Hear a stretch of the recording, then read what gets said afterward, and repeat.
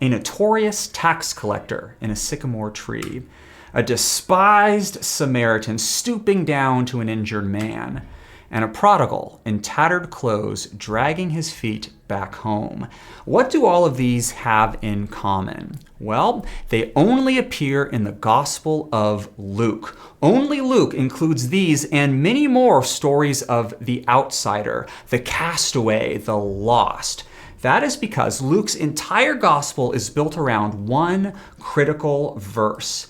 In Luke 19, verse 10, "For the Son of Man came to seek and to save the lost." And Luke's obsession is to gather story after story after story of Jesus doing just that, seeking out the lost and bringing them home. Now, my name is David, and I have developed this 8-page chart to help me teach through the Gospel of Luke, where I serve as a missionary at a Bible school in the Philippines. Now, you can download this chart for free in the description below, and then like, subscribe, and follow along as we unpack the good doctor's thesis that Jesus came to bring good news of salvation for lost people everywhere. Let's begin with the birth narratives in chapters 1 and 2. Now, the Gospels of Mark and John do not include a birth narrative, and the birth narrative that is in Matthew is radically different than the one that is in Luke. In Matthew, it is all about Joseph. It is told from Joseph's perspective, and an angel is going to appear to Joseph in a dream once, twice, and 3 times the angel comes and appears to Joseph. But in Luke, it is all about Mary. The angel Gabriel comes and appears to Mary, and then Mary travels to Elizabeth, and then Mary is going to sing her Magnificat. Now, in Jesus' day, women were perceived to be of lower status and were often overlooked, but not by Jesus and not by Luke. Now, in our chart for today, we have the category of lostness here in the right, different lostness categories. And then the column on the left is going to indicate whether the story is unique to Luke, whether it only appears in the Gospel of Luke, or whether it is also found in the Synoptic Gospels. It is only in Luke if it is highlighted blue, but it is in the Synoptics as well if it is highlighted in gray. Now, let's count. How many narratives involving women are only included in the Gospel of Luke? All right, you ready to count? We have 1, Elizabeth.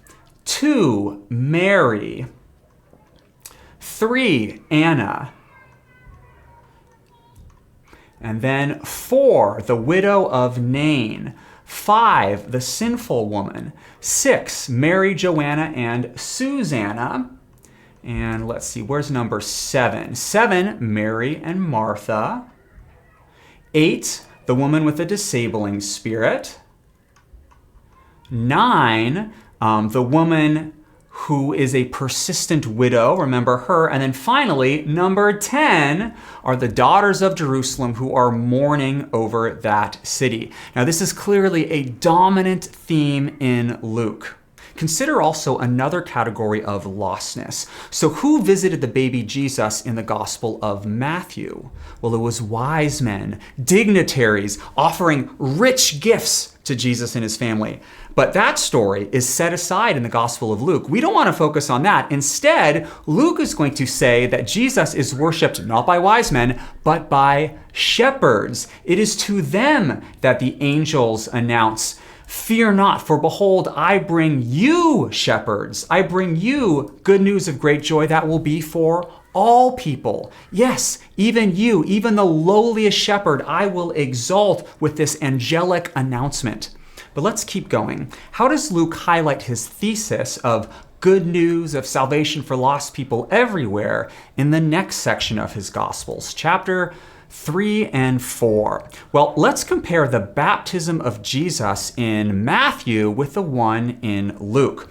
Now, in Matthew, Jesus is going to focus on his conflict with the Pharisees. John the Baptist is going to call them a brood of vipers, but the Pharisees, they don't even show up in the Gospel of Luke. who is there instead? Instead, we have tax collectors, repentance tax collectors who come to John saying, "Teacher, what shall we do?" That is because Luke is the tax collector's gospel. This is good news for lost sinners. And these tax collectors, they are going to come up again and again and again throughout the Gospel of Luke, more than any other gospel. Take a look. Let's look at our tax collectors, okay? We got tax collectors in chapter 3. More tax collectors in chapter 5. We have them again in chapter 7. Scroll down to chapter 15, I think it is, and we see more tax collectors. And again, chapter 18, more tax collectors. And then, of course, chapter 19, we have Zacchaeus, the chief tax collector. That is because Jesus came to seek and to save lost tax collecting sinners. Even here in the genealogy, you see Matthew's genealogy starts with Abraham, and it is all Israel and all about Israel's kings. But Luke goes all the way back to Adam. And he's going to trace the line of David, not through Solomon, but through Nathan. That is because he is going to present good news for all people, rich and poor, Jews and Gentiles, all sons of Adam. But there are many Jews who didn't like that very much, especially in Jesus' hometown of Nazareth, when after he told them that Elijah came to a Gentile widow and Elisha came to a Gentile leper, they tried to throw him off a cliff. Now, Luke is going to take this moment of his rejection at his hometown of Nazareth, and he is going to move it out of chronological order. This moment in Matthew is in chapter 13, and Mark, it's way down in chapter 6. But Luke is going to take it and move it to the very first spot, Luke chapter 4, the very beginning of his Galilean ministry. And he does that because he wants his Nazareth sermon to set the agenda for his entire ministry. In this sermon, he is going to give his purpose statement. So what is your purpose, Jesus? He says that the Spirit of the Lord is upon me, and I have been anointed to proclaim good news to the poor, to the oppressed. That is why I came. I came to give hope to the poor.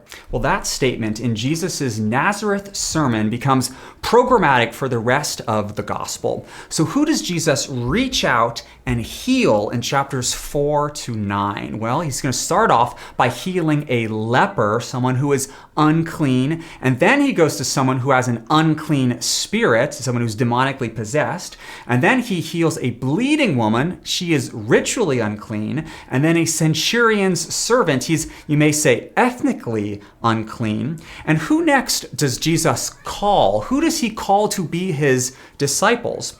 Well, if it was me, I'd probably go to the intelligentsia. I'd go straight to the scribes and Pharisees. They are masters of the Old Testament. Well, not Jesus. You see, Jesus was born in a smelly stable, and so he's going to call to be his disciples men who smell like fish. But Luke, he is going to add a critical detail to the call narrative of Peter the fisherman in Luke chapter 5.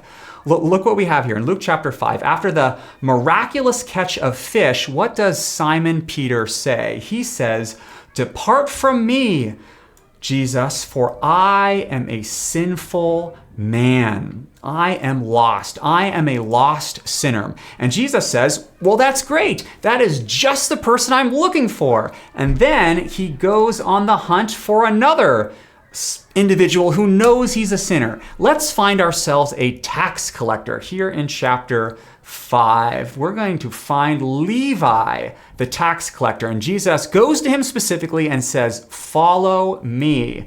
But then the Pharisees and the scribes, they will grumble about this and ask, "Why do you eat with tax collectors and sinners?" Now this question, why, Jesus, do you go to the tax collectors? Why do you go to the sinners? Will be repeated 4 times in the Gospel of Luke. Now it only shows up twice in any of the other Gospels.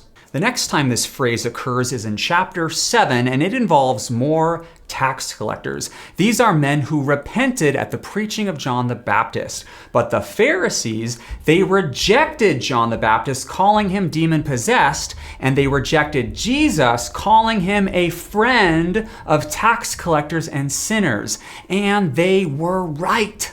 The next section in Luke is Jesus' travel narrative, when he is on the road from Galilee south to Jerusalem. Now, in Matthew and Mark, Jesus is traveling for only 1 or 2 chapters, but in Luke, Jesus is on the road for a full 10 chapters. So clearly, Luke is up to something with these chapters. Now, many of these stories are found only in the Gospel of Luke, and it seems that the thread which holds them all together is that Jesus is going on the offensive against the religious elite. Now, in these chapters, Jesus will confront their love of money, their contempt for sinners, and their own self-righteousness. Now, it seems that the most powerful parable about this theme of self-righteousness is Jesus' parable about the Pharisee and the tax collector. Yes, another story about tax collectors which is only found in the Gospel of Luke. Now, in this parable, we have 2 men who will go up to the temple to pray. One of them's a Pharisee and the other is a tax collector. The Pharisee, he will say, "Thank the Lord that I am not like this worthless tax collector." But that tax collector, he will be standing far off. He won't even lift up his eyes to heaven, but he will beat his breast saying, "God, be merciful to me, a sinner. I am a lost sinner." And Jesus, the Son of Man, who is a friend of sinners, is merciful to this tax collector. But what about the Pharisee? Is there any mercy in his heart? Well, look who Jesus tells this parable to. He tells the parables to some who trusted in themselves that they were righteous and treated others with contempt. These Pharisees trust in their own self-righteousness and they have contempt for sinners.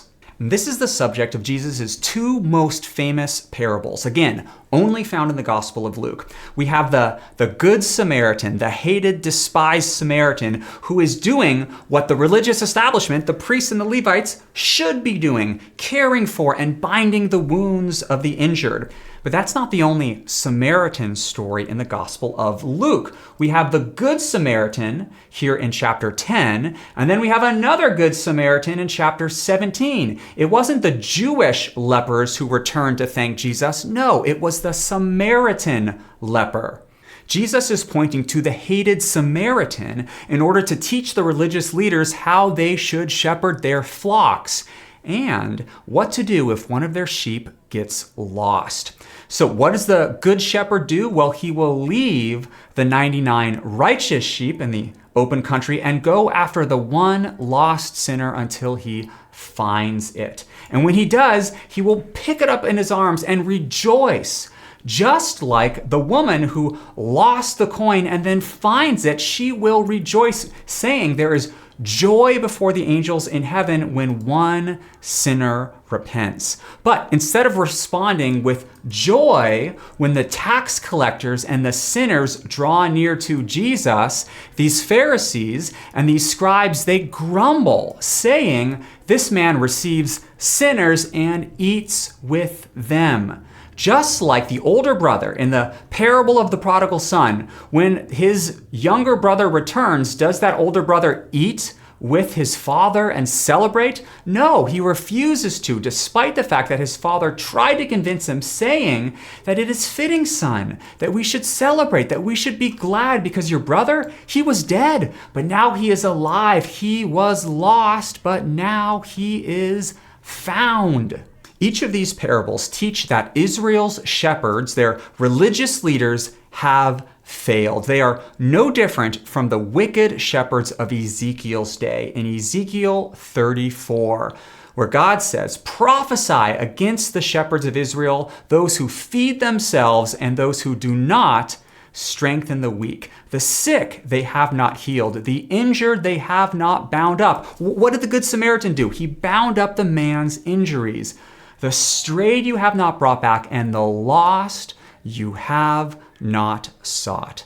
but the Son of Man. He is the good shepherd who came to seek and to save the lost. And this good shepherd, he will lay down his life for the sheep in the final section of Luke, chapters 19 to 24. 3 of Jesus' sayings on the cross are only recorded in the Gospel of Luke. First, Father, forgive them, for they know not what they do. Forgive the Gentile Roman centurion who was putting me to death.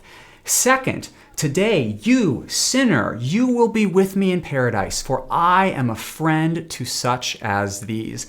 But then 3 days later, who is it that will discover the tomb empty? It's not men of high status in society, but rather it is women who discover the empty tomb. And then Jesus' final words to his disciples, summarizing the entire mission of the Messiah in Luke 24. This is what he says. Everything written about me in the law, the prophets, and the Psalms will be fulfilled, that the Messiah would suffer, but on the third day rise from the dead, such that repentance and forgiveness of sins will be proclaimed to all nations, Jews and Gentiles, all sinners who humbly seek forgiveness. I wonder if Titus took a copy of the Gospel of Luke with him to the island of Crete. If there was ever a group of Gentile sinners who needed gospel transformation, it was the Cretans. If you want to see how Paul personally mentored Titus on this tough assignment, you should check out this next video.